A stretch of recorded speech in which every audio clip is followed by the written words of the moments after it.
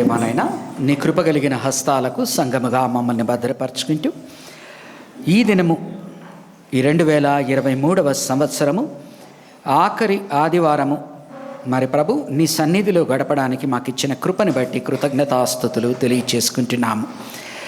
మరి నాయన నీ వాక్యము ద్వారా మేము జీవిస్తున్నాం. మనుష్యుల నోటి నుండి వచ్చు మాటల ద్వారా మాకు అనర్థమే సంభవిస్తుంది నాయన. కానీ నీవు నీ స్వరముతో మాట్లాడినప్పుడు అర్థవంతముగా ఉంటుంది, ఆశీర్వాదకరముగాను ఉంటుంది నాయన. కాబట్టి ప్రభు ఈ దినము నీ వాక్యము ద్వారా నీ పరిశుద్ధాత్మ సహాయముతో నీ సేవకునిగా ఏర్పరచుకున్న నన్ను నీ సిలువ చాటున మరుగుపరుచుకుని నీ ఆత్మకార్యమును మా మధ్యన దయచేయమని వేడుకుంటున్నాను. నన్ను, నా యొక్క హృదయమును, నా యొక్క నోటి మాటలను నీ ఆధీనములోకి తీసుకొని మరి నా నోటిని నాయన నీ యొక్క బూరగా ఉపయోగించుకొని నీ వాక్యము నుండి బోధించి కూడి వచ్చిన వారి యొక్క ఆత్మలను సంతృప్తిపరిచి ఆశీర్వదించి దీవించి పంపమని ఈ రీతిగా మా ప్రభువును రక్షకుడు అయిన యేసుక్రీస్తు నామమున ఈ ప్రార్థన వేడుకుంటున్నాము తండ్రి, ఆమేన్. దయచేసి సంఘమంతా కూర్చోవలసిందిగా కోరుకుంటున్నాను. మరొకసారి సంతోష్ నగర్ బ్యాప్టిస్ట్ చర్చ్కి ఈ 31వ తేదీన డిసెంబర్ 31వ తేదీన ఆఖరి ఆదివారము ఆరాధనలో పాల్గొనడానికి వచ్చిన ప్రతి ఒక్కరిని కూడా దేవుడు ఆశీర్వదించును గాక. చదవబడిన వాక్య భాగము గనక గమనించినట్లయితే తిమోతి ఆత్మీయ పౌలు అపోస్తలుడైన పౌలు యొక్క ఆత్మీయ కుమారుడైన తిమోతి దేవుని యొక్క ఆత్మ ద్వారా తిమోతితో మాట్లాడుతూ ఉన్నాడు. ఆ మాట్లాడేటువంటి సమయంలో కొంత తన గురించి మాట్లాడుకుంటున్నాడు, కొంత తిమోతికి కొన్ని ఉత్తర్వులు దయచేస్తూ ఉన్నాడు. దాని విషయంలో ఆయన మాట్లాడాలనుకుంటూ ఉన్నది ఏంటి అంటే, నేను దేవుని సేవ చేస్తూ ఉన్నాను. ఎలాగున దేవుని సేవ చేస్తూ ఉన్నాను అంటే, ఎల్లప్పుడూ కూడా నేను నిర్విరామమైన ప్రార్థనలో నుంటూ ఉన్నాను అంటున్నాడు. ఆ తరువాత నీవు తీసుకునేటువంటి నిర్ణయాల యందు, నీవు చేసేటువంటి దేవుని సేవ యందు నిష్ఠాగరిష్టముగా నీవు ఉండాలని, నీ పాత పితృపరంపర్య ఆచారాలలో ఏదివైతే మంచివో వాటిని తీసుకోవాలని, చెడ్డ వాటిని నీ వదిలేయాలని గుర్తు చేస్తున్నాడు. మూడవదిగా నీ విశ్వాసము నిష్కపటమైన విశ్వాసముగా ఉంచుకో అంటున్నాడు. నీ యొక్క మనస్సాక్షి నిర్మలమైన మనస్సాక్షిగా ఉంచుకో అని బోధిస్తున్నాడు. ఆ తరువాత నాలుగవదిగా నీకు దేవుడు ఏదైతే కృపావరమునిచ్చాడో దానిని నిరర్ధకము కాకుండా నిర్ధారణపరచుకుంటూ దానిని ప్రజ్వలింపచేయి అంటున్నాడు. ఐదవదిగా ఓ తిమోతి, దేవుడు నీలో ఇచ్చినది పిరికి ఆత్మ కాదయ్యా, దేవుని శక్తి గల ఆత్మ. కాబట్టి నీలో ఉన్న నిరాశ, నిస్పృహ, నిరుత్సాహము, ఏ నిర్వీర్యత అయితే ఉన్నదో దానిని తీసేయ్యా అంటున్నాడు.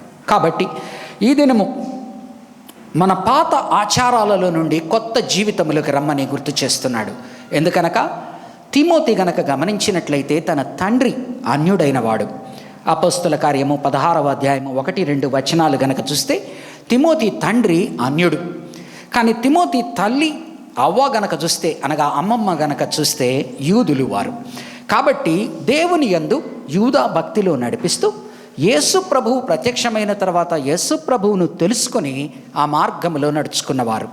కాబట్టి అంటున్నాడు, అయ్యా నీ పితృపారంపర్య ఆచారాలను నువ్వు అర్థం చేసుకో, నీ తండ్రి నుంచి ఏ పరంపర ఆచారం వచ్చిందో అర్థం చేసుకో, నీ యొక్క తల్లి నుంచి అవ్వ నుంచి ఏదైతే వచ్చిందో గుర్తు చేసుకో, దానిని నువ్వు వెంబడించు అంటున్నాడు. ఆ సమయంలో ఆయన అంటున్నాడు, నీ కొరకు నేను ఎప్పుడు కూడానయ్యా ఆ యొక్క నిర్విరామముగా ప్రార్థన చేస్తూ దేవునికి కృతజ్ఞతాస్తుతులు తెలియచేసుకుంటున్నానయ్యా అంటున్నాడు. కాబట్టి దేవుని సేవకునిగా తనను తాను పరిచయం చేసుకునేటువంటి సమయంలో ఆయన అంటున్నాడు, నీ కొరకు నేను ప్రార్థన చేస్తున్నానయ్యా అంటున్నాడు. తిమోతి, నీ కొరకు నేను సదా ప్రార్థన చేస్తున్నానయ్యా అంటున్నాడు. ఎందుకనగా సమూయేలు మాటల్లో గనక చూస్తే సమూయేలు మొదటి గ్రంథము 12వ అధ్యాయంలో ఇశ్రాయేలీలు తప్పు చేసి ఉంటారు. కానీ సమూయేలు అంటున్నాడు, ఇశ్రాయేలీ జనాంగము వారలారా, మీ కొరకు నేను ప్రార్థిస్తున్నానయ్యా అంటున్నాడు. కాబట్టి ఒక దైవ సేవకుని యొక్క ఆత్మ ఏ రీతిగా ఉంటుందంటే, తనను నొప్పించేవారిని సైతము, దేవునిని నొప్పించేవారిని సైతము వారు ఎల్లప్పుడూ కూడా ప్రార్థన చేసేవారుగా ఉంటారు. దయచేసి చూడండి. సమూయేలు గ్రంథము, మొట్టమొదటి సమూయేలు గ్రంథము 12వ అధ్యాయము. ఇజ్రాయేలీ జనాంగము దేవునిని రాజుగా తృణీకరించారు. దేవునిని రాజుగా తృణీకరించారు. తమకొక రాజు కావాలని కోరుకున్నారు. ఆ ప్రకారంగా వారు నడుచుకోవాలని కోరుకుంటున్నారు. అది దేవునికి నచ్చలేదు, దేవునికి నచ్చలేదు, సమూయేలుకి నచ్చలేదు. కానీ దేవుడు అంటున్నాడు, సమూయేలు, వారు వారి ఇష్టానుసారంగా పోవాలని వారు నిర్ణయించుకున్నారయ్యా. వారు ఎప్పుడైతే నన్ను రాజుగా తిరస్కరించారో, వారు నిన్ను ప్రవక్తగా, నిన్ను ఆఖరి న్యాయాధిపతిగా వారు నిన్ను తిరస్కరించలేదయ్యా, వారు తిరస్కరించింది నన్నయ్యా. కాబట్టి నీవు ఏ బాధపడకుండా వారికి రాజునిచ్చేయి అన్నాడు. వారు ఎప్పుడైతే ఆ రాజును పొందుకోవడానికి సమూయేలు మాటిచ్చాడో వచ్చి ఆ తప్పును ఒప్పుకుంటున్నారు. చూడండి, సమూయేలు గ్రంథము, మొదటి సమూయేలు గ్రంథము 12వ అధ్యాయము 19 నుంచి చదువుతున్నాను. సమూయేలుతో ఇట్లనిరి, రాజును నియమించుము అని మేము అడుగుట చేత మా పాపములన్నిటినీ మించిన కీడు మేము చేసితిమి. కాబట్టి మేము మరణము కాకుండా నీ దాసులమైన మా కొరకు నీ దేవుడైన యెహోవాను ప్రార్థించుము. వారు తమ తప్పు గ్రహించారు. ఏమంటున్నారు? అయ్యా, మా చేతులలోకి మా జీవితాన్ని తీసుకోవడం అనేది మేము తప్పు చేశామయ్యా. ఎప్పుడైతే దేవుణ్ణి రాజుగా మేము తిరస్కరించామో, మాకు మేము రాజులను ఏర్పరచుకొని మేము రాజులు కావాలనుకున్నామో, అప్పుడే నీ దృష్టిలో మేము పాపము చేశామయ్యా.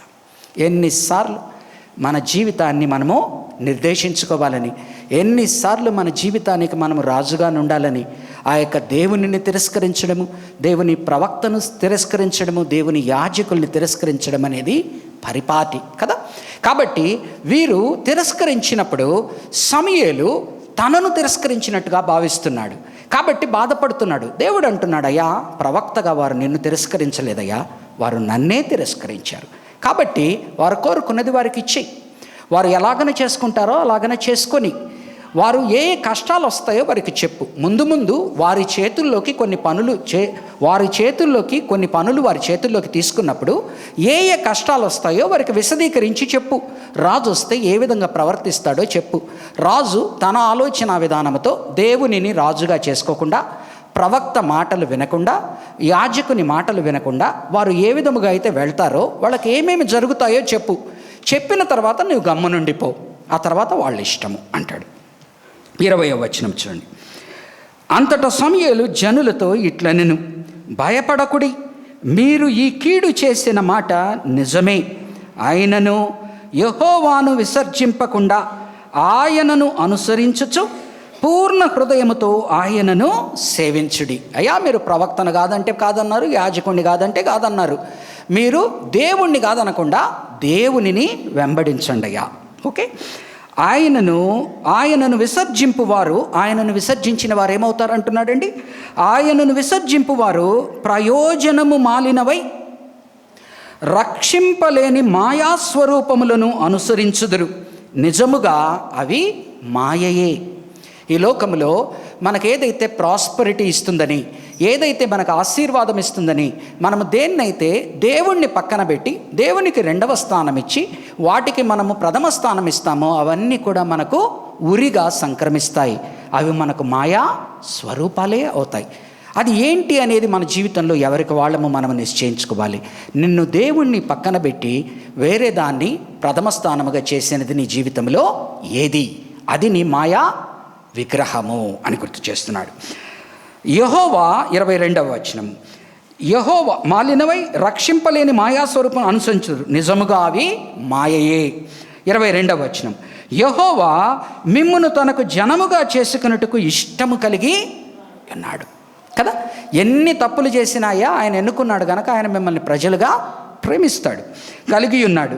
తన ఘనమైన నామము నిమిత్తము తన జనులను ఆయన విడనాడడు. ఎవరి కొరకండి? నీ కొరకు, నా కొరకు ఆయన విడనాడకుండా ఉండడు. తన ఘనమైన నామము కొరకు మనలను విడనాడడు. నా మట్టుకు నేను సేవకుడిగా ఆయన ఒక మాట మాట్లాడుతున్నాడు. ఆయన హృదయం నొప్పింపబడింది, సమూయేలు హృదయము నొప్పింపబడినది. అయినప్పటికీ అతను ఏమంటున్నాడంటే, అయ్యా, నువ్వు నొప్పించావు, పర్వాలేదు. అయ్యా, మీరు నొప్పించారు, పర్వాలేదు. నొప్పించింది నన్ను కాదయ్యా, దేవుణ్ణి, పర్వాలేదు. కానీ సేవకునిగా నేనైతే నీ పట్ల మీ పట్ల ప్రార్థన చేయకుండా ఉంటే మీకు నాకు తేడా లేదయ్యా, మీకు నాకు తేడా లేదయ్యా. నా మట్టుకు నేను 23వ వచనం, నా మట్టుకు నేను మీ నిమిత్తము ప్రార్థన చేయుట మానుట వలన యెహోవాకు విరోధముగా పాపము చేసిన వాడను అగుదును. ఆ పాపము నేనెందుకు ఒడిగట్టుకోవాలయ్యా? మీ పాపాన మీరు పోతారు, నేను ఆ పాపం ఎందుకు ఒడిగట్టుకోవాలా? నేనైతే మీ కొరకు కృపగలిగిన పలుకులతో దేవుని దగ్గర అంగలారుస్తూ ప్రార్థిస్తానయ్యా, అది నాకు దూరమగునుగాక. కానీ అంతటితో వదల్లా, కానీ శ్రేష్టమైన చక్కని మార్గమును మీకు బోధింతును, శ్రేష్టమైన చక్కని మార్గమును మీకు బోధింతును. ఆయన మీ కొరకు ఎన్ని గొప్ప కార్యములు చేసెనో అది మీరు తలంచుకొని, how many great things he has done for you, but how you have squandered it. ఎంత నీకు గొప్ప కార్యాలు చేశారు, ఆ దాన్ని నీవెలా కోల్పోయారు? ఇజ్రాయేలీ జనాంగమా, ఎలా దాన్ని కోల్పోయారు కదా? మొట్టమొదటి అహరోను, అటు మోషే పక్కకు వెళ్ళంగానే విగ్రహారాధన, ఆ తర్వాత వారి చరిత్ర అంతా కూడా విగ్రహారాధనే. విగ్రహారాధన అంటే ఏంటి? తనను తాను దేవుని స్థానంలో పెట్టుకోవడం, దేన్నో ఒకదాన్ని తీసుకొచ్చి దేవుని స్థానంలో పెట్టుకోవడం కదా. ఆయన మీ కొరకు ఎన్ని గొప్ప కార్యములు చేసినో అది మీరు తలంచుకొని, మీరు యెహోవా యందు భయభక్తులు కలిగి. ఇప్పుడు తిమోతి రాసిన 2వ పత్రిక మీరు కనుక నేను చదువుతూ ఉన్న సమయంలో వాక్య భాగంలో ఇప్పుడు నేను ఏదైతే రెఫరెన్సులుగా చదవబోతున్నానో ప్రతి చోట కూడా నిష్కపటత్వము, నిర్మలత్వము అనే మాటలు వస్తూ ఉంటాయి. నిష్కపటము, నిర్మలము కలిగి, నిష్కపటులై, కపటము లేనివారుగా నంటూ, నిష్కపటులై పూర్ణ హృదయముతో ఆయనను సేవించుట ఆవశ్యకము. పూర్ణ హృదయముతో, నిష్కపటులుగా నుండండి, పూర్ణ హృదయముతో ఆయనను సేవించుట ఆవశ్యకం. మీరు కీడు చేయి వారైతే, ఏమంటున్నాడు ప్రవక్త పని ఏంటండి? ఒక పక్కనేమో తాను నొప్పించబడ్డాడు, ఒక పక్కనేమో వాళ్ళు దేవుణ్ణి నొప్పించారని తెలుసు, వారు తమ చేతుల్లోకి రాజ్యాన్ని తీసుకుంటున్నారని తెలుసు. అంతా అయిన తర్వాత కూడా ఏమంటున్నా అంటే, నేను మీ కొరకైతే ప్రార్థన చేయడం నేను మర్చిపోనయ్యా, కానీ జాగ్రత్త సుమి, మిమ్మల్ని మీరు రాజులుగా చేసుకున్నప్పుడు, విషయాలని మీ చేతుల్లోకి తీసుకున్నప్పుడు అది ఎక్కడెక్కడికి వెళ్తుందంటే అది మీకు మంచి జరగదు అని గుర్తు చేస్తూ ఏమంటున్నాడు చూడండి, మీరు కీడు చేయవారైతే తప్పకుండా మీరును మీ రాజును నాశనము అగుదురు. కాబట్టి కీడు చేయవారు నాశనమగుదురు, దేవుని కొరకు మంచి చేయవారు ఆశీర్వదింపబడుదురు. కాబట్టి ఇజ్రాయేలీ జనాంగంతో ప్రవక్తగా, ప్రార్థించేటువంటి ప్రవక్తగా ఆయన ఏం మాట్లాడుతున్నా అంటే, ఒక పక్కన తన హృదయం బాధపడినప్పటికీ ప్రార్థిస్తూ ఉన్నాడు. కానీ ఇక్కడ తిమోతి విషయం కనుక గమనిస్తే, తిమోతి అంటే ఇష్టపడి ప్రార్థన చేస్తున్నాడు. చూడండి వెనక్కి తిమోతి పత్రికలోకి వద్దాం. నా ప్రార్థనల యందు, 3వ వచనం, నా ప్రార్థనల యందు ఎడతెగక నిన్ను జ్ఞాపకము చేసుకొనుచు. ఎందుకు జ్ఞాపకం చేసుకుంటున్నాడంటండి? చేసుకొనుచు, నీ కన్నీళ్లను తలుచుకొని నాకు సంపూర్ణ ఆనందము కలుగుటకై నిన్ను చూడవలెనని రేయింబగలు ఆపేక్షించుచు నీ యందున్న నిష్కపటమైన విశ్వాసమును జ్ఞాపకము చేసుకుని నా పితురాచార ప్రకారము నిర్మలమైన మనస్సాక్షితో నేను సేవించుచున్న దేవుని యెడల కృతజ్ఞుడనై ఉన్నాను. సమూయేలు తనను నొప్పించిన వారి కొరకు కూడా ప్రార్థిస్తున్నాడు. ఇప్పుడు హెబ్రీయులకు రాసిన పత్రిక చూడండి, పైపెచ్చు ఏమంటున్నాడు? తిమోతి కొరకు ఎందుకు ఆయన ప్రార్థన చేస్తున్నాడు అంటున్నాడండి. ఎందుకు? అతను తనకు నచ్చినవాడు, అతను తనకు మెచ్చినవాడు, కుమారులు లేకపోయినా అతను ఆత్మీయమైన కుమారుడు. ఆ కుమారుని కొరకు కన్నీళ్లు పెట్టి ప్రార్థిస్తున్నారు. అలాగనే ప్రియమైన సహోదరి సహోదరుడా, ప్రియమైన క్రైస్తవుడా క్రైస్తవురాలా, ఎల్లప్పుడూ కూడా గుర్తుపెట్టుకోండి, మీ కొరకు సేవకులు ఎప్పుడు కూడా ఆనందముతో మీరు ఎదగాలనేటువంటి రీతిగా, వారిని ఆనందపరిచి మీరు బాగుపడాలనే రీతిగా ప్రార్థన చేయాలి. ఇది నా మాటలు కాదు. చూడండి హెబ్రీయులకు రాసిన పత్రిక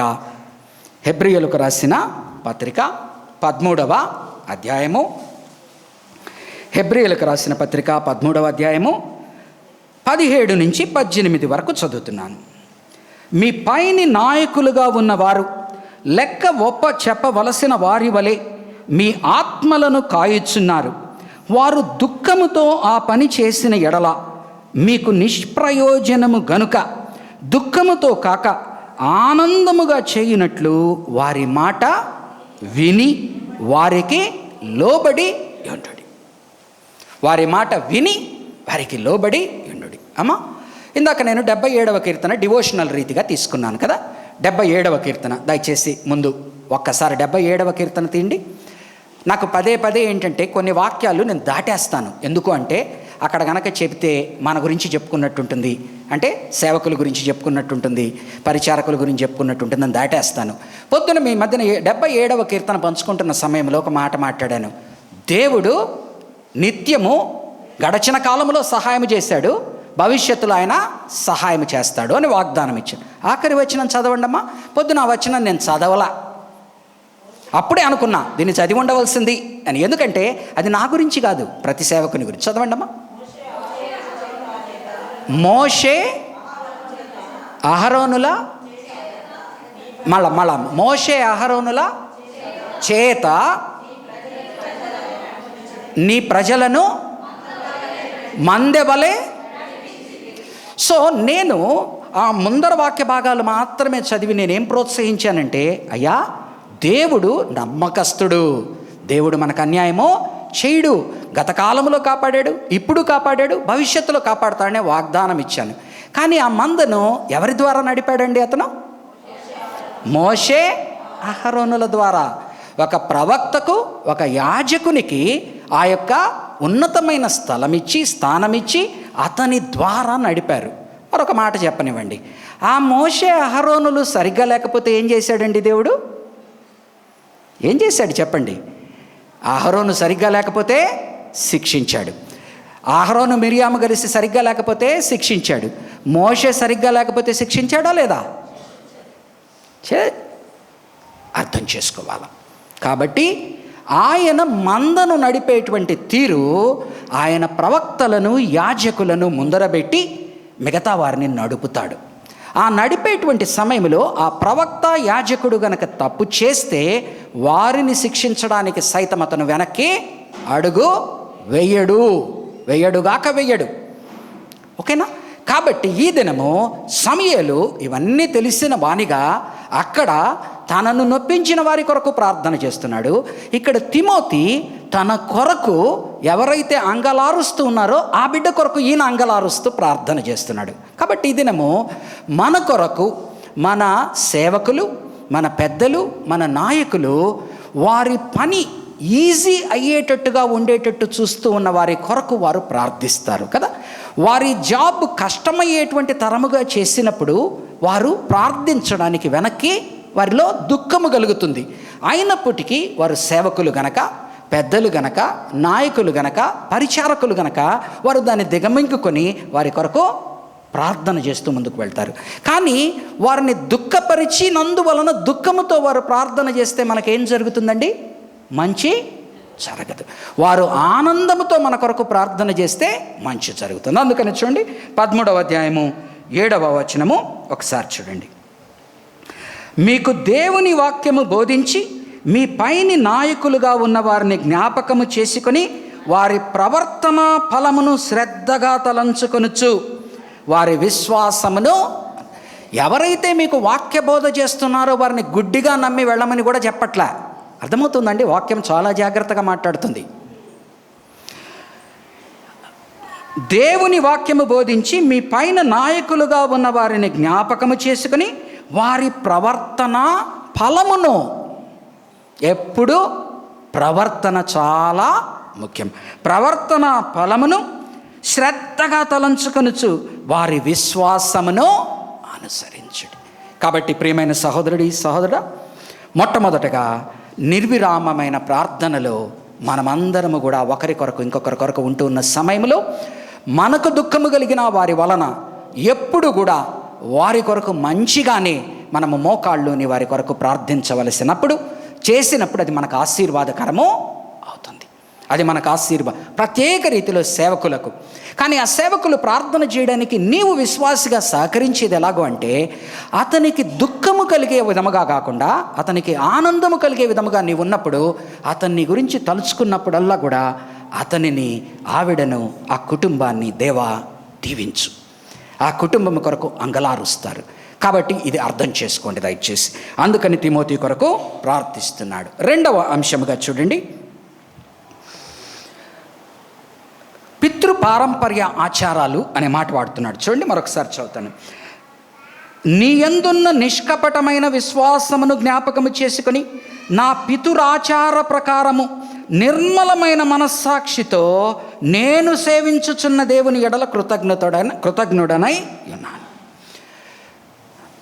పితురాచారాల ప్రకారము అపోస్తలుడైన పౌలు దేవునిని సేవిస్తున్నాడట. పితురాచారాల ప్రకారం. ప్రతిసారి పితురాచారాలు మంచివై ఉంటాయండి? చెప్పండి. పితృపారంపర్య ఆచారాలు ప్రతిసారి మంచివై ఉంటాయా? ఉండవు. ఎందుకని? దయచేసి నాతో పాటు 2 విధానాలు ఉన్నాయి, అర్థం చేసుకోండి. ఒకటి, ద ఐడలేట్రస్ వే, విగ్రహారాధనతో కూడిన దేవుని యందు సరిగా లేని వారు చేసేటువంటి పితృ పారంపర్య ఆచారము. అలాగున కాకుండా దేవునిని తెలుసుకొని పాత నిబంధనలు, కొత్త నిబంధనలో ప్రభువు వారు తనని తాను బయలుపరుచుకున్నప్పుడు యేసు ప్రభువుని రక్షకునిగా తెలుసుకొని వెంబడించేది ట్రూ ఫెయిత్ కదండి. అర్థమైందా? పాత నిబంధనలో విగ్రహాలను అనుసరించి ఆరాధించేటువంటి పితృపారంపర్య ఆచారము చెడ్డది. నిజమైన దేవుడైన యెహోవాని తెలుసుకొని ఆచరించేటువంటి ఆరాధన క్రమం మంచిది. కానీ వారినే నూతన నిబంధనలో యేసు ప్రభు వారు తను తాను ప్రత్యక్షపరుచుకోగానే ఎవరైతే యేసు ప్రభువును అంగీకరించలేదో ఆ యూదుల పితృపారంపర్య ఆచారాలని కూడా ఆయన ఏమంటున్నాడండి? కరెక్టు కాదు. నిజమైన దేవుణ్ణి తెలుసుకున్న వారు ఆ నిజమైన దేవుని యొక్క కుమారుడైన యేసు ప్రభువును తెలుసుకున్నట్టు కూడా చాలా ప్రాముఖ్యము. లేని ఎడల అది చెడ్డ పితృపారంపర్య ఆచారమే. ఒక్కసారి చూడండి, యెహోషువ గ్రంథము 24వ అధ్యాయము 1-2 వచనాలు. యెహోషువ గ్రంథము, దయచేసి ఎవరైనా తెరిస్తే చూడండి అమ్మా, నేను పెట్టుకోలేదు ఇది. యెహోషువ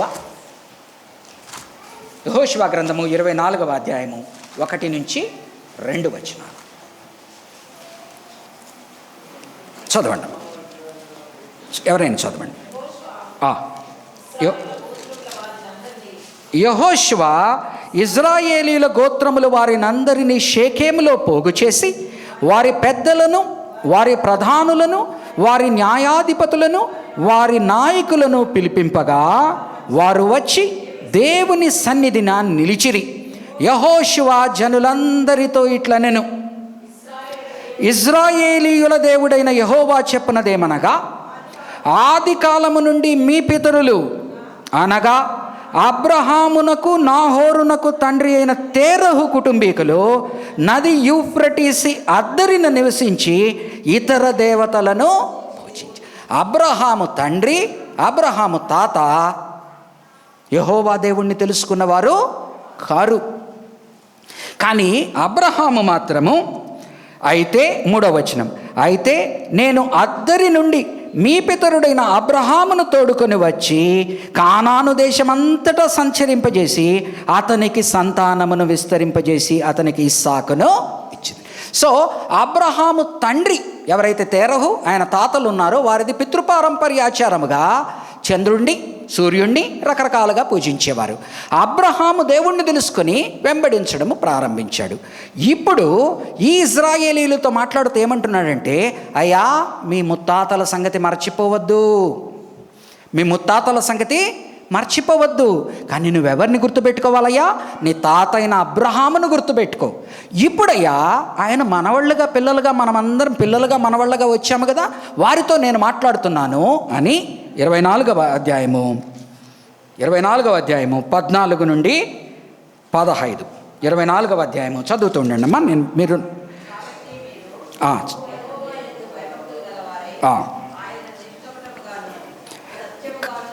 కాబట్టి మీరు యెహోవా యందు భయభక్తులు గలవారై ఆయనను నిష్కపటముగాను, మరలా చూడండి, సేవించేటువంటి దానిలో నిష్కపటమైన రీతి ఉన్న, నిష్కపటముగాను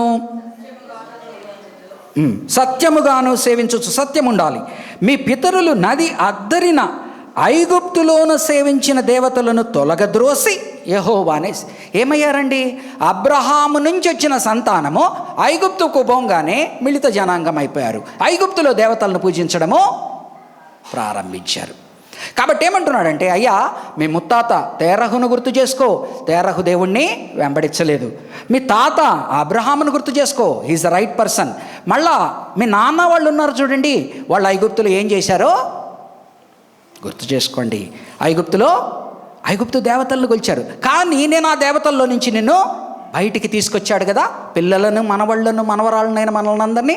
కాబట్టి బిడ్డలారా ఏమంటున్నా అంటే చూడండి 15, యెహోవాను సేవించుట మీ దృష్టికి కీడని తోచిన ఎడల మీరు ఎవని సేవించుదురో, నది అద్దరిన మీ పితరులు సేవించిన దేవతలను సేవించుదురో.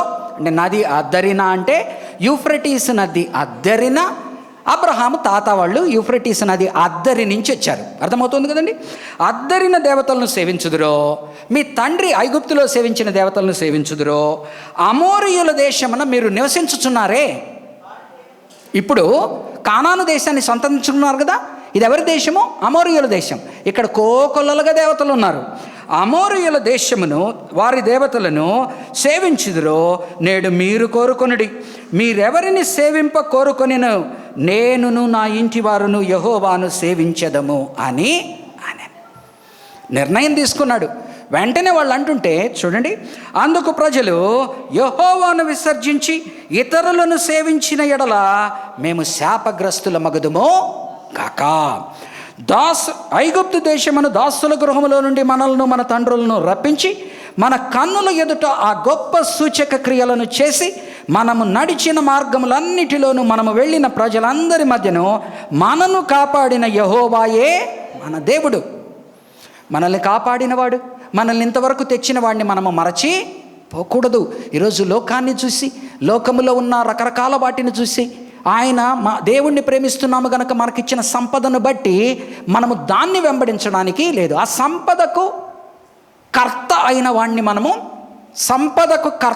వాణ్ణి మనం ఆరాధించాలి. కానీ సంపదను చూసుకొని ఈ సంపద దేని ద్వారా వచ్చిందని మనము అపార్థము చేసుకుంటామో దాన్ని వెంబడించినప్పుడు ఈ ఇజ్రాయేలీ జనాంగములాగానే ఐగుప్తుకు వెళ్ళారు, ఐగుప్తు దేవతలను పూజించారు.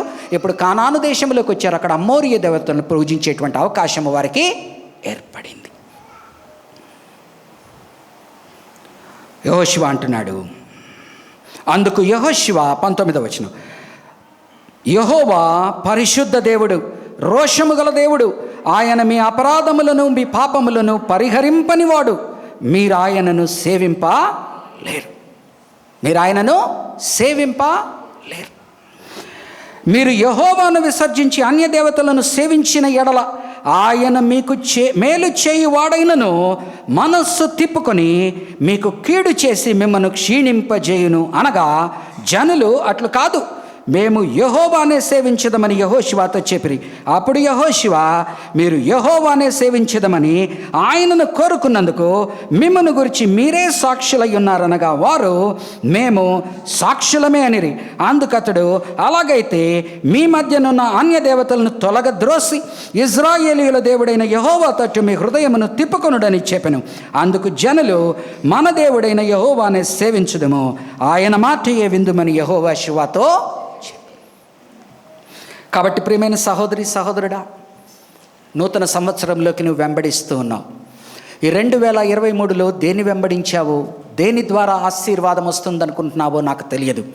కానీ అది దేవుడు కాకుండా మరి ఏదైనా దాన్ని గనక నీవు పట్టుకొని మైమరచిపోయిన ఎడల, దారి తప్పిపోయిన ఎడల, ఈ దినము గనక వాటిని, ఆ ఆలోచన విధానాలని 2023లో తీసి పక్కన పెట్టి 24వ సంవత్సరంలోకి యెహోవా దేవుణ్ణి, ఆయన ఎవరి ద్వారా అయితే రక్షణనిచ్చాడో ఆ కుమారుడైన యేసు ప్రభువుని వెంబడిస్తూ ఆత్మతో ముందుకు వెళ్ళని ఎడల, అక్కడ సమూయేలు అంటున్నాడు మీరు అలాగన కాకపోతే కీడు జరుగుతుంది అని. యెహోషువ కూడా, అంటే they are not mincing words. జాగ్రత్తగా నా బోధన గమనించండి. Whatever they want to say gracefully, they are saying gracious words, but at the same time they are not mincing their words about the judgment which will fall upon them. యెహోవా యందు, ప్రభువు యందు నీకు ఆశీర్వాదాలు ఉన్నాయి అన్నా తమ్ముడు, అక్క చెల్లి. కానీ అదే యెహోవాని, ప్రభువుని తీసి కనుక పక్కన పెడితే ఆయన నీకు కీడు చేయడానికి ఒక్క క్షణము కూడా సంశయించడు, వెనుతిరగడు, వెనుతగ్గడు అనేటువంటి సత్యాన్ని మనం అర్థం చేసుకొని ఇప్పుడు మన పితృపారంపర్యాచారం ఏంటో గుర్తు చేసుకోవాలా. తిమోతి తండ్రిని వెంబడించి ఉండవాలనా, అవను వెంబడించి ఉండవాలనా? అలాగనే ఈ దినము మన యొక్క పితరులలో విశ్వాసము గల తల్లిని, తండ్రిని, అవను, తాతను మనము వెంబడించాలి. ఎవరైతే విశ్వాసములు లేక అన్యులైపోయారో వారి ద్వారా ఆశీర్వాదాలు వచ్చి ఉండవచ్చు, కానీ వారికి మనము దూరముగా, ఆలోచన విధానానికి దూరముగా ఉండాలని దేవుడు మరొకసారి నీతో గుర్తు చేస్తున్నాడు. చదువుకుంటూ పోతే చాలా ఉన్నాయి, జస్ట్ చెప్పేసి వదులుతాను. ఫోర్ ఫాదర్స్ నాన్ క్రిస్టియన్ వే, మన పితరుల యొక్క సరిగాని జీవితం ఒకటి ఉన్నది, నిజమైన దేవుడు రక్షించినప్పుడు ఉండేటువంటి జీవితం వేరే ఉన్నది. పేతురుకు రాసిన మొదటి పత్రిక. నువ్వెలా రక్షింపబడ్డావో మర్చిపోవద్దు. ఈ దినము నీ జీవితంలో ఉన్న సమృద్ధి, నీ జీవితంలో ఉన్న ఆశీర్వాదము కానీ, లేకపోతే నీ ఆనందము కానీ, సమాధానము కానీ ఎవరి వలన వచ్చిందో నీవు మర్చిపోవద్దు. పేతురు రాసిన మొదటి పత్రిక 18వ వచనం. పితృపారంపర్యమైన మీ వ్యర్థ ప్రవర్తనను విడిచిపెట్టినట్లుగా, 18వ వచనం, పితృపారంపర్యమైన మీ వ్యర్థ ప్రవర్తనను విడిచిపెట్టినట్లుగా వెండి బంగారముల వంటి క్షయ వస్తువుల చేత మీరు విమోచింపబడా. You are not brought with silver and gold, you are not bought with silver and gold. వెండి బంగారము నిన్ను రక్షించలేదు, నీ ధనధాన్యాదులు నిన్ను రక్షించలేదు, నీ యొక్క ఆశీర్వాదం ఏదైతే ఆర్థిక సమృద్ధి ఉన్నదో అది నిన్ను రక్షించలేదు. దేవుడు వాటితో నిన్ను రక్షించలేదు. 30 నాణ్యాలు యేసు ప్రభువు కొరకు వెచ్చించి ఉండవచ్చు, కానీ యాజకులైన వారు, ప్రధాన యాజకుడు, ఆ యాజకులు 30 నాణ్యాలు యేసు ప్రభు ప్రాణము కొరకు వెచ్చించి ఉండొచ్చు, కానీ వారికి రక్షణ కొనిపెట్టినది, వారిని నాశనము చేసినది 30 నాణ్యాలు. వారికి రక్షణ కొని తెచ్చిపెట్టినది ఆయన విలువగల రక్తము. చూడండి 18వ వచనం మరొకసారి. పితృపారంపర్యమైన మీ వ్యర్థ ప్రవర్తనను విడిచిపెట్టినట్లుగా వెండి బంగారముల వంటి క్షయ వస్తువుల చేత మీరు విమోచింపబడలేదు, కానీ అమూల్యమైన రక్తము చేత, అనగా నిర్దోషమును, చూడండి మళ్ళా నిష్కపటము, నిర్మలము, నిష్కళంకము, ఇవన్నీ కూడా ఒక cluster of words. It's a cluster of words which come from true faith. అమూల్యమైన రక్తము చేత, అనగా నిర్దోషమును, నిష్కళంకమును అగు గొర్రెపిల్ల వంటి క్రీస్తు రక్తము చేత విమోచింపబడితిరని మీరు ఎరుగుదురు గదా. ఆయన జగత్తి పునాది వేయబడక మునిపే నియమింపబడెను, గాని తన్ను మృతులలో నుండి లేపి తనకు మహిమనిచ్చిన దేవుని ఎడల తన ద్వారా విశ్వాసులైన మీ నిమిత్తము కడవరి కాలమందు ఆయన ప్రత్యక్షపరచబడెను. కాగా మీ విశ్వాసమును నిరీక్షణయు దేవుని యందు ఉంచబడి ఉన్నవి. మీరు క్షయబీజము నుండి, గత ఆదివారము పంచుకున్నాను, క్షయబీజము, నా తల్లి తండ్రి ఏ క్షయబీజము ద్వారా అయితే నేను పుట్టానో అది శారీరకమైన జన్మ. ఈ శరీరము నశించిపోతుంది, కానీ ఆత్మ మనిషి ద్వారా రాదు, దేవుని ద్వారా వస్తుంది. ఆత్మ జననము దేవుని ద్వారా వస్తుంది. క్షయబీజము నుండి కాక శాశ్వతమగు జీవము గల దేవుని వాక్య మూలముగా, శాశ్వతమగు జీవము గల దేవుని వాక్యమూలముగా అక్షయ బీజము నుండి పుట్టింపబడిన వారు గనుక, ఎలాగుండాలంటున్నాడండి ఇలాంటి వారిని?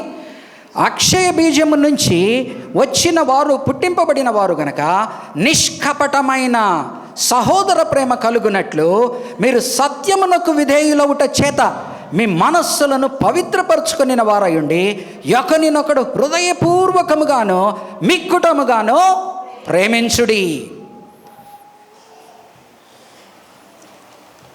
నిష్కపటమైన ప్రేమ, నిర్మలమైన మనస్సాక్షి ప్రేమను జనింపజేస్తుంది. నిష్కలంకముగా మనం ఉండడానికి మనల్ని ప్రోత్సహిస్తుంది. మన ప్రవర్తనను అనుక్షణము ప్రశ్నించి అలాగున ఉండవద్దని మనల్ని సరిచేస్తుంది కదా. కాబట్టి అక్షయ బీజము వలన పుట్టిన మనము క్షయబీజము వలన పుట్టిన ఈ శరీరము మనల్ని ఏదైతే నడిపిస్తుందో ఆ మార్గములో మనము పోవద్దని మరొకసారి మనల్ని గుర్తు చేస్తున్నాడు. పితృపారంపర్య ఆచారాలు చెడ్డవి ఉన్నాయి, మంచివి ఉన్నాయి. కొన్ని క్షయమైనవి, అటువంటి దాని నుంచి వచ్చేది క్షయమైనది. అక్షయముగా దేవుని నుంచి వచ్చినవి ఎల్లప్పుడూ ఉండేది అక్షయమైనవి. కాబట్టి దాన్ని వెంబడించమని గుర్తు చేస్తున్నాడు. ఇది అర్థం చేసుకుంటే మనం ఎంతో జీవితంలో ఆశీర్వదింపబడతాం. క్షయమైనవేంటి, అక్షయమైనవేంటి? అలెగ్జాండర్ గుర్తుకొస్తాడు. అంతటినీ సంపాదించాడు. 33 ఏళ్ల సమయంలో యేసు ప్రభు వారు ఏ విధముగా అయితే 33 సంవత్సరములు బ్రతికి లోకాన్నంతటినీ ఆయన ఆత్మల్ని సంపాదించాడు. కానీ అలెగ్జాండరు 33 సంవత్సరాల్లో లోకాన్నంతటినీ సంపాదించాడు. కానీ చనిపోయేటప్పుడు ఆయన దగ్గర ఉన్న వెండి బంగారము ఆయన అనుభవించిన అనుభవం కనుక గమనిస్తే వెలకట్టలేనిది.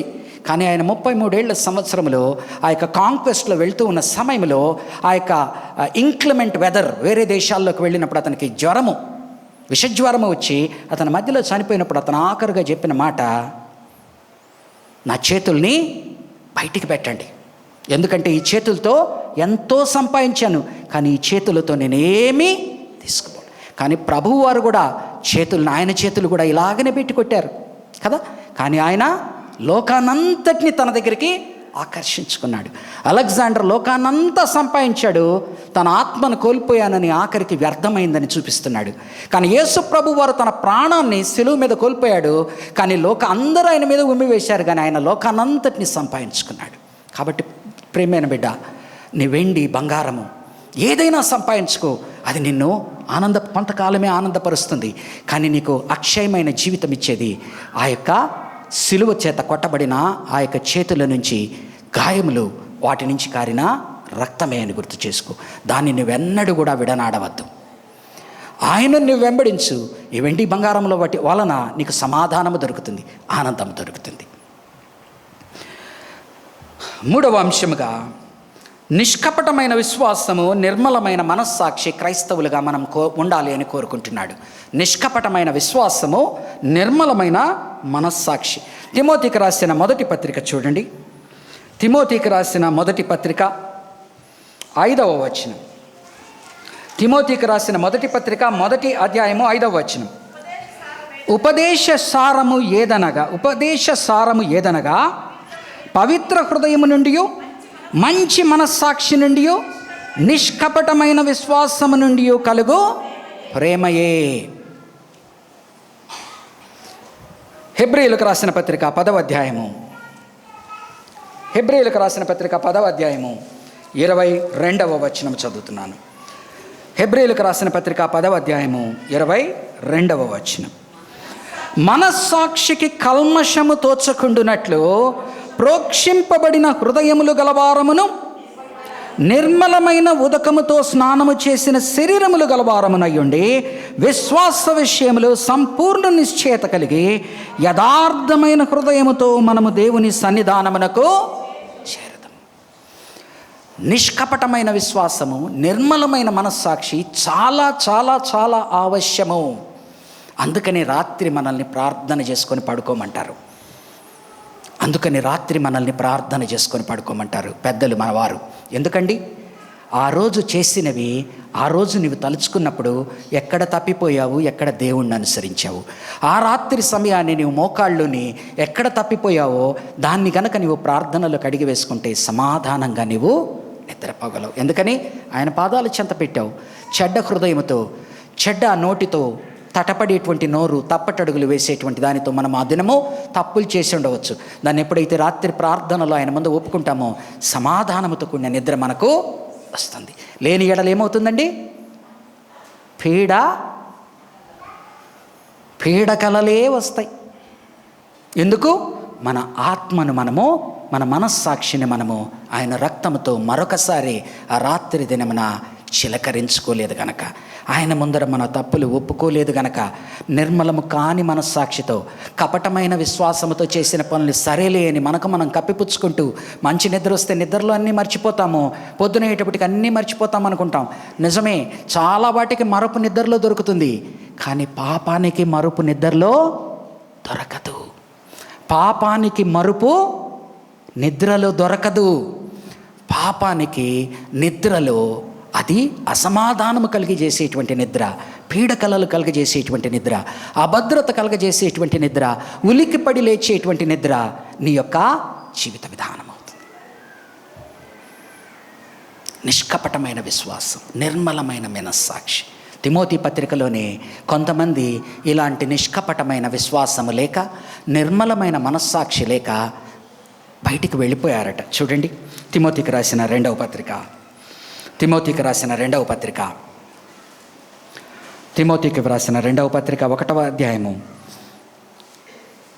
1వ అధ్యాయము నెగిటివ్గా 1 తిమోతి 4:2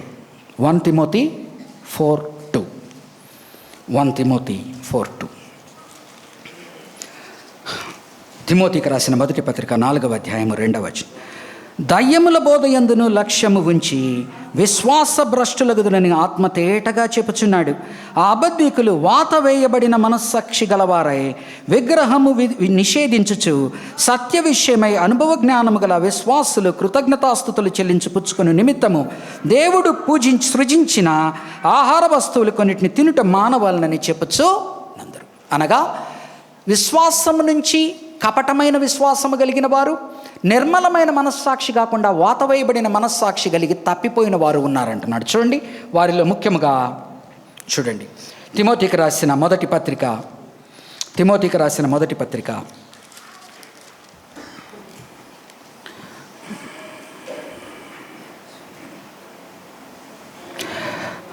19వ వచనం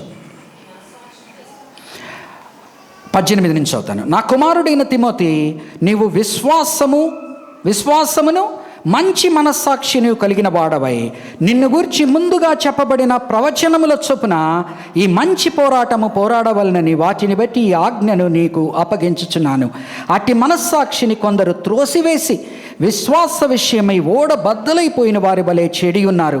వారిలో హ్యుమనయును అలెగ్జాండరును ఉన్నారు. వీరు దూషింపకుండా శిక్షింపబడుటకై వీరిని సాతానునకు అప్పగించి తిని. అలాగనే 2వ తిమోతిలో కూడా ఇంకొంతమంది గురించి మాట్లాడతాడు.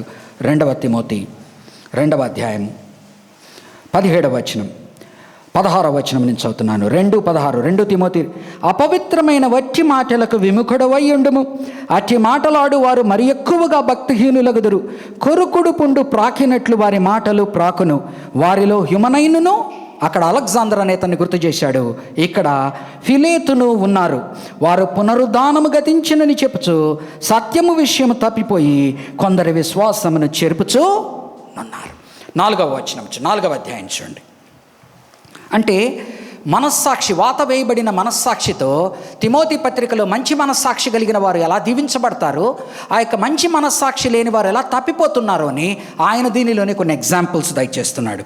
9వ వచనం 4:10, దేమా ఇహలోకమును స్నేహించి నన్ను విడిచి తెస్సలోనికకు వెళ్ళాను. నన్ను విడిచి దేమా దేనిని ప్రేమించాడు? లోకమును ప్రేమించి నన్ను, మన దేవుని యొక్క విశ్వాస సమూహమును వదిలి బయటికి వెళ్ళిపోయాడు అంటాడు. కాబట్టి వాత వేయబడిన మనస్సాక్షి కూడా ఉన్నది. ఎలాగన వాత వేయబడిన మనస్సాక్షి వస్తుందండి? అనుభవపూర్వకంగా మనకందరికీ తెలుసు. ఒక పని చేసినప్పుడు ఫస్ట్ సెన్సిటివ్గా ఉంటుంది చెయ్యి.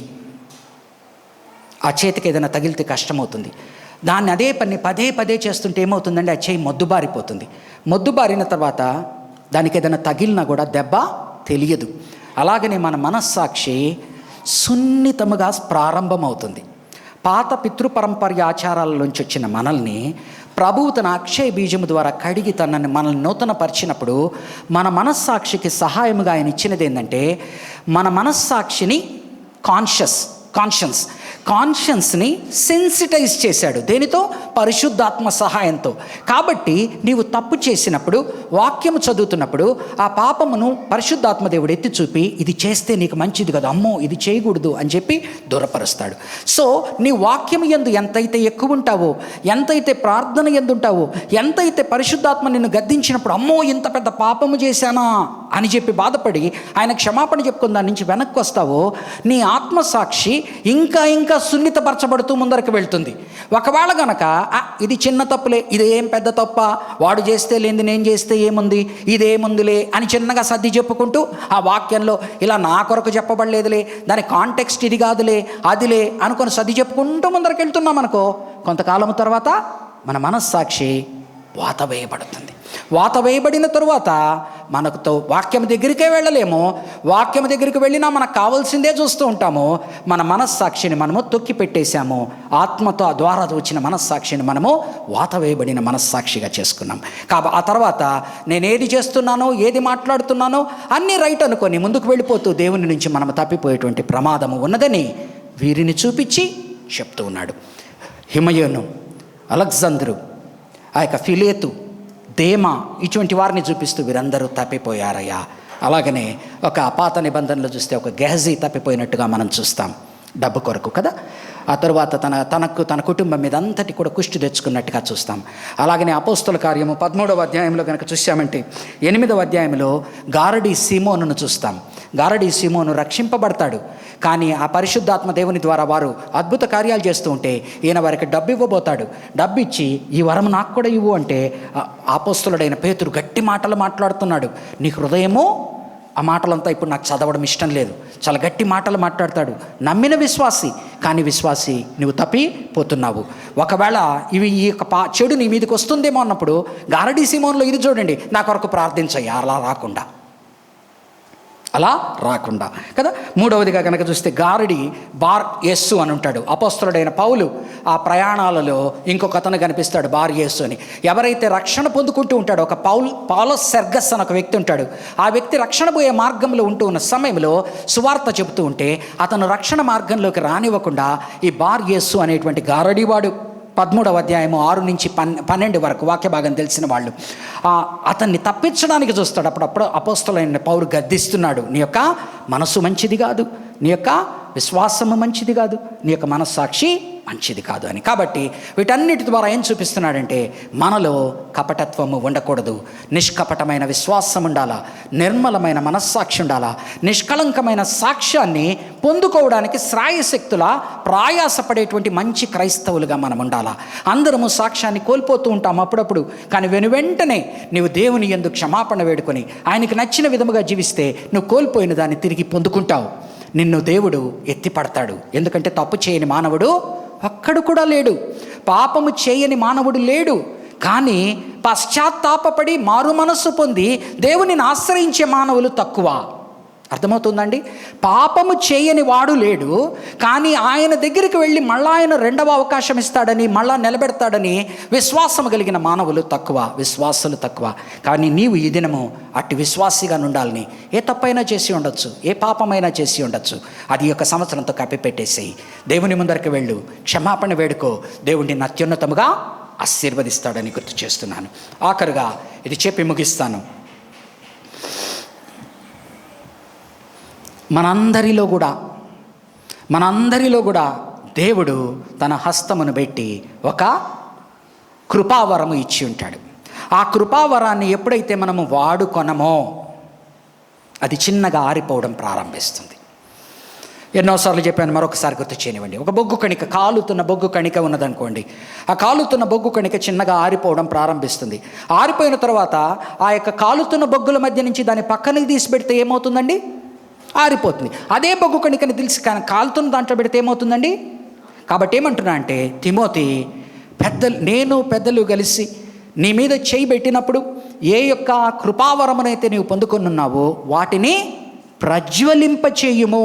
అనగా ఆరిపోయేటువంటి అవకాశం ఉన్నది, దాన్ని ఆరిపోనివ్వకుండా రగులుకొని ఉండేటట్టుగా దాన్ని నీవు జాగ్రత్త పడు. అలాగనే చేయాలంటే ఏం చేయాలి? తిమోతికి రాసిన మొదటి పత్రిక 4వ అధ్యాయము 14 నుంచి 16, తిమోతికి రాసిన మొదటి అధ్యాయము మొదటి పత్రిక 4వ అధ్యాయము 14 నుంచి 16. పెద్దల హస్త నిక్షేపణము చేయగా ప్రవచనములమున నీకు అనుగ్రహింపబడి నీలో ఉన్న వరమును అలక్ష్యము చేయకము. Number 1, do not neglect it. ఏదైతే నువ్వు చేయడం అభ్యసించడం, ఏదైతే నువ్వు పక్కన అలక్ష్యం చేస్తావో అది నీ నుంచి వెళ్ళిపోతుంది. అలక్ష్యము చేయకము. నీ అభివృద్ధి అందరికీ తేటగా కనపడు నిమిత్తము వాటిని మనస్కరించుము, వీటి అందే సాధకము చేసు. అలక్ష్యము చేయకము, అభివృద్ధి చెందించము, అభ్యాసము చేయి. Whatever is given to you keep on చేయమంటున్నాడు. కాబట్టి ప్రియమైన సహోదరి సహోదరుడా, ఈ మాటలతో నువ్వు బలపడాలని ఆయన ఏమంటున్నా అంటే, తిమోతి, ఇది భయపడేటువంటి ఆత్మ, పిరికి ఆత్మ. నేను యవ్వనస్తుండే, నేను ఈ పని చేయలేనేమో, నేను యవ్వనస్తుండే, నేను ఇవి చేయలేనేమో, ఇక్కడ చూస్తే అందరూ పెద్ద పెద్ద వాళ్ళు ఉన్నారు, నేను చేయలేనేమో అనుకొని తనకన్నా అనుభవజ్ఞులైన వారి మధ్యన, వయస్సులో పెద్దవారి మధ్యన ఉంటున్న సమయంలో తిమోతితో అంటున్నాడు. చూడండి, 2వ తిమోతి 1వ అధ్యాయము దేవుడు 7వ వచనం, దేవుడు మనకు శక్తియు ప్రేమయు ఇంద్రియ నిగ్రహము గల ఆత్మని ఇచ్చెను కానీ పిరికితనము గల ఆత్మ ఇయ్యలేదు. దేవుడు మనకిచ్చిన ఆత్మ నిరాశ, నిస్పృహ, నిరుత్సాహము, నిర్వీర్యము కలిగిన ఆత్మ మనకి ఇవ్వలేదు. ఆయన ఏ ఆత్మ ఇచ్చాడండి? శక్తి గల ఆత్మను ఆయన ఇచ్చాను. ఈ శక్తి గల ఆత్మ మనకున్నప్పుడు మనం దేనికి భయపడవలసిన అవసరం. అన్నిటికన్నా మనం ఎక్కువ భయపడేది దేనికండి? మరణానికి భయపడతాం. కానీ హెబ్రీయులకు రాసిన పత్రిక 2వ అధ్యాయంలో అంటున్నాడు, ఆయన మరణమును జయించినప్పుడు, ఏ మరణము ద్వారా అయితే లోకమంతా భయపడుతూ ఉన్నదో దాన్ని ఆయన జయించాడు కనుక నీకు గట్టి పిరికితనమో నీకు వద్దు. అన్నిటికన్నా నీకు భయపించేది మరణమే. ఆ మరణాన్ని ఆయన తన మరణముతో ఎప్పుడైతే పునరుద్ధానుడై జీవించబడ్డాడో ఆ మరణమును ఆయన జయించాడు కనుక భయం వలదు, నీకు ఇంకా పిరికితనమో వద్దు. No need to fear. ఎందుకనగా నీలో ఇవ్వబడిన ఆత్మ ఎలాంటి ఆత్మ అండి? ఈ వాక్యం చదువుకుందాం, నాకు ఎంతో ఇష్టమైన వాక్యం, దీంతో ముగించుకుందాం. 8వ అధ్యాయము రోమీయులకు రాసిన పత్రిక, 8వ అధ్యాయము రోమీయులకు రాసిన పత్రిక 15-16 వచనాలు. నీలో ఇవ్వబడిన ఆత్మ ఎవరి ఆత్మ అండి? బయటనున్న వాడి కన్నా నీలోనున్నవాడు శక్తిమంతుడు, నీలోనున్న బలమైన వాడని గమనించుము. 15-17 ఏలయనగా మరలా భయపడుటకు మీకు దాస్యపు ఆత్మ పొందలేదు కానీ దత్తపుత్రాత్మను పొందితిరి. ఆ ఆత్మ కలిగిన వారమే మనము అబ్బా తండ్రి అని మొర్రపెట్టుచున్నాము. మనము దేవుని పిల్లలమని ఆత్మ తానే మన ఆత్మతో కూడా సాక్ష్యం ఇచ్చుచున్నాడు. మనము పిల్లలమైతే వారసులము, అనగా దేవుని వారసులము, క్రీస్తుతో కూడా మహిమ పొందుటకు ఆయనతో శ్రమపడిన ఎల్లల క్రీస్తు వలన క్రీస్తు వారసులము. కాబట్టి ఇలాంటి ఆదరణ మనకుండగా మనకి ఎటువంటి భయము లేదని ఆయన చెప్తున్నాడు. నీలో ఇచ్చినది పిరికి ఆత్మ కాదు, శక్తిగల ఆత్మ. ఆ ఆత్మదేవుడు నిన్ను అభివృద్ధి చెందిస్తూ, నిన్ను బలపరుస్తూ, తన యందు నడుపుతూ నిన్ను ఆశీర్వదిస్తాడు. ఇట్టి ఆశీర్వాదాలు ఈ యొక్క సంఘమంతటి మీద రానున్న ఈ సంవత్సరము అంతము నుండి రానున్న సంవత్సరము అంతము వరకు కూడా ప్రతి ఒక్కరి మీద ఇలాంటి దీవెన ఉండాలని కోరుకుంటూ దేవుడు మిమ్మును దీవించునుగాక. ప్రార్థన చేసుకుందాం. చిన్న ప్రార్థన. పరిశుద్ధమైన దేవా నాయనా, నీ కృప కలిగిన హస్తాలకు నీ వాక్యాన్ని భద్రపరచుకుంటూ, నీ వాక్యము జీవవాక్యము నాయన, దాని ద్వారా జీవమును పలకమని, నీవు తండ్రి కూడిన వారిని దీవించి పంపమని, మేలైన దీవెనలతో వారి కుటుంబాలని వారి తరములను దీవించమని యేసు నామమున ఈ ప్రార్థన వేడుకుంటున్నాను తండ్రి. ఆమేన్.